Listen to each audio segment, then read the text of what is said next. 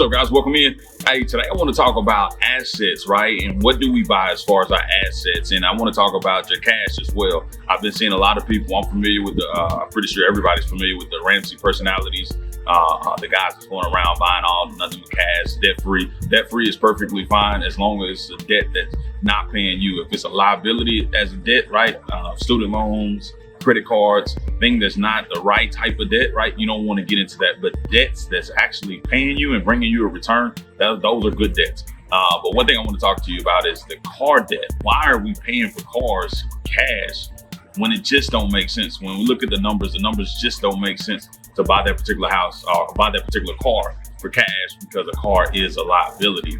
Why buy a liability with cash? Why not buy a liability with your credit? Because essentially when you buy a liability with your credit, if the liability was to ever go upside down, it's your credit, which can be rebuilt, restored, and repaired, right?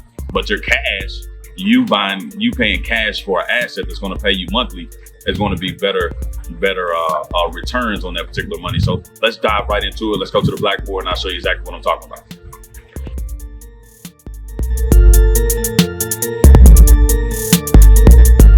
Well, right now, I'm gonna break it down exactly what it is going to cost you to actually pay for a car cash. Because ultimately, when I look at buying a car, it's one of those things where, well, if I can buy a car, that's a depreciation item, right? I wouldn't even call it a depreciating asset, because it's literally not an asset because it's taking money out. That's just a liability, a depreciating liability. When you talk about actually buying an investment property first to pay for that liability, it's going to leave you in a heck of a lot better situation. So let me break it down exactly what I'm talking about, right? You go say you get a sports car. I just seen somebody go get a sports car, right? That's why we're talking about this. A sports car for $100K, right? Sports car for $100K. And you pay cash for that particular property. I mean, not even property, I'm sorry. For that particular car. This is the car. Now this is the house, right? Right? 100K. Both of them cost the exact same thing. Both of them cost the exact same thing to purchase, right? Exact same thing to purchase. Now this thing has an engine, right? So you got maintenance accrued in it. So let's say over a course of 3 years, you just purchased it brand new. Maybe you have a warranty on it. You're not really spending a lot in maintenance. But after those particular 3 years, what's going to end up happening, you're going to start having issues with the car, oil changes, rotation of the tires. Let's just say that costs on average about 2% a year to maintain, with oil changes, tire rotations, everything you need for just the car, right? So you talk about that in the first 3 years, that's $6 grand, $6K in the first 3 years.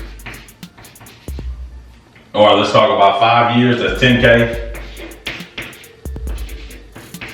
Now, I'm gonna go ahead and say it. You don't need tires every year. You don't need tire rotations, but in a span of five years, you're probably going to need a new battery. You're probably going to need something on the car that you probably wouldn't anticipate. It's just 5 years of wear and tear. You put 90,000 miles on it. Typically, these expensive cars, the oil changes go up, all the maintenance is a little bit more, the brake pads are a whole heck of a lot more, right? Just everything on this particular car, this liability is going to cost a little bit more. So let's say, for instance, you're in just 110K, right? That's not including gas, that's not including anything like that. Just 110K you are on the cost of the particular property.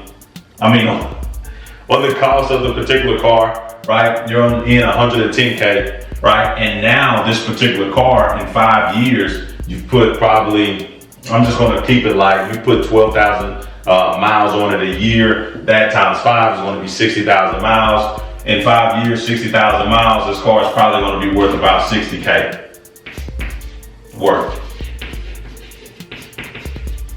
So on that $60,000 worth, essentially you're all in at 110K. It costs you in 5 years $50K to own this particular property. Right? It cost you 50 grand to own this particular property. It didn't make you any money at all. It just took money out of your pocket, and you essentially what you did over the course of 5 years, you just took 50 grand and you just threw it away at a liability, right? Now we're talking about a house. Let's just go with a 1% rule, meaning it's not going to cash flow crazy. You're going to buy it for $100,000 and you're going to get it for and it's going to rent for $1,000 a month, right?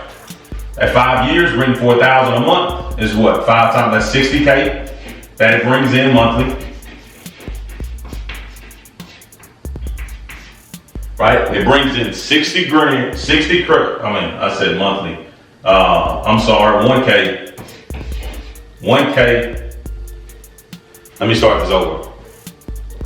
I ain't got nothing to erase with. One day I get an eraser. Let me start this over. So 1K monthly.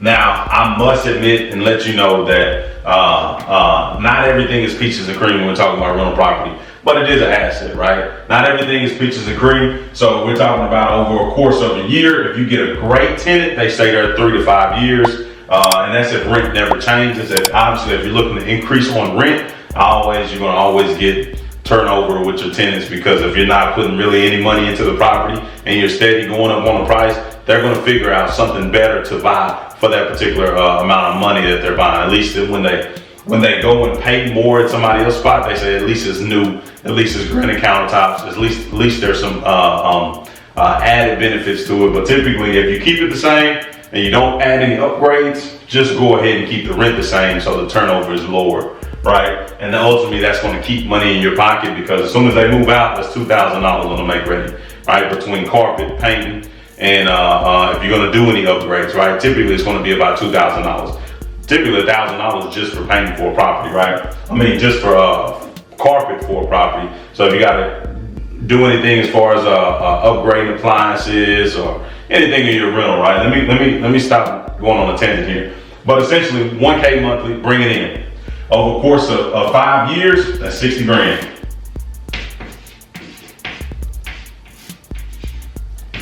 And that's not take away, right? That's what that was worth, so it's appreciated. This is bringing in 60K. So you spent 100 grand, in 5 years you made 60 grand. Not a lot of money, not life-changing money, but essentially you're getting paid about $10,000 to $12,000 every year to keep this particular property.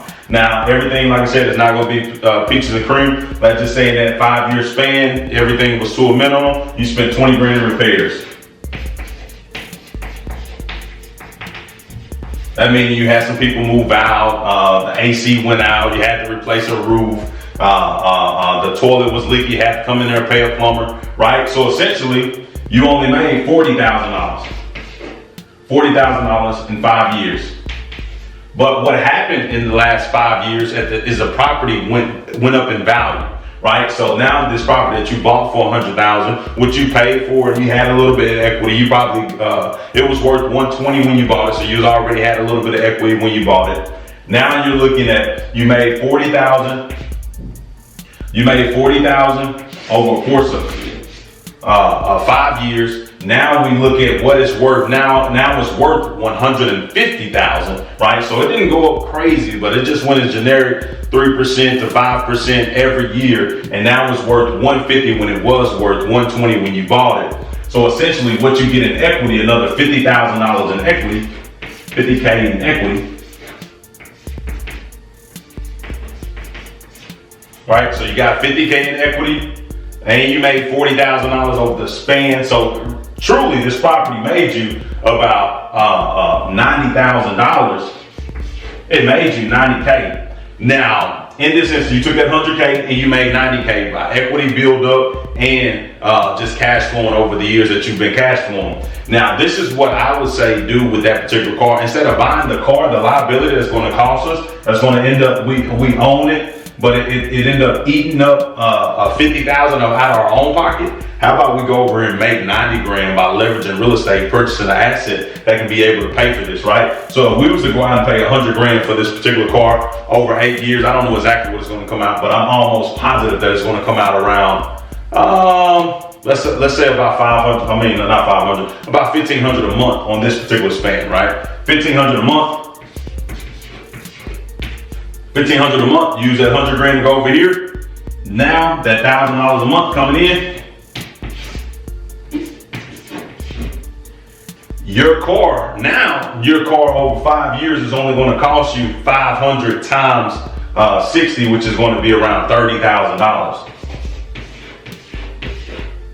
So essentially what ended up happening, that's times 60. right? So you see that's how many monthly payments you made over 5 years. So essentially what ended up happening is you got an asset that's paying for a liability, but even though when you spent $30,000, you captured that in cash. Well, it's no longer cash flowing anymore, but you captured the $30,000 difference because it went up from 120 to 130. I mean, to 150, right? So it cost you $30,000, but essentially in that appreciation, that equity, now you're worth a whole heck of a lot more. Or now you have this asset that's still worth $60,000 that was paid for by asset that, like this house literally paid for this particular car, right? And then all it costs you, what it costs you out of your pocket, you gained an appreciation from owning this particular property. That's why it's so important not to go out here and buy a car for cash, right? It looks like the biggest flex of all time, but it's actually the dumbest flex of all time, because you're sitting here spending $100,000 when that can be making you more money. Quit thinking about the car note. If you got $100,000, why are you afraid of a $1,500 car note? It doesn't make sense. Go out here and buy this asset, buy this house, and then you just left with a $500 note once you offset everything, right? And even if you offset and come underwater a little bit, even if you're not making totally, you still been able to buy this particular $100,000 car for a little out of pocket because you have the asset that's paying for the liability. So I had to address this when I seen it on social media. I'm like, man, you know what? This is cool. Like, it's okay. I commend anybody that can go out there and save up $100,000 and have it in the bank. But I can't sit there and commend anybody for going out there and buying it on a depreciating liability, because that's not an asset at all. Once you get a house to pay for it, I will consider it an asset because it didn't really cost you a lot of money to do so. But this right here is not really an asset. Unless they're gonna go out here and rent this thing on Turo, but you're gonna put miles on it, the value is gonna go down a little bit quicker just because they're putting a lot of miles on it. It's a work vehicle. That's the only way I can see this as being worth it, because it's bringing in money at that particular point. But if it's not bringing in money, don't ever go buy a car cash. Go over here and buy an asset that's going to cash flow, that's going to pay for that particular car, right? Same thing with a rental property. Same thing with a $20,000 car, $10,000 car. Go get another business. Go get a small time business that can bring in $1,000 a month that'll be able to pay for your dream car. That's what we do. We don't use money for liabilities. We let our assets pay for our liabilities. That's the rich dad, poor dad method, but I have to break that down to you because I just seen some flexing and the guy got a lot of likes, which I liked it as well, but that don't mean it was the right decision for him. And if you got that money, I want to make sure you can make the right decision moving forward. Let's go. Hey, my name is Jordan. Obviously, I may have introduced myself at the beginning. I don't know. But if I didn't, hey, welcome to the page. If you stay here this long, I thank you for that. Make sure you drop the comments below. Let me know what you think about it. Let me know what your next move is with that $20,000 or $100,000 you have sitting in the bank. And until I see you next time, hey, keep winning.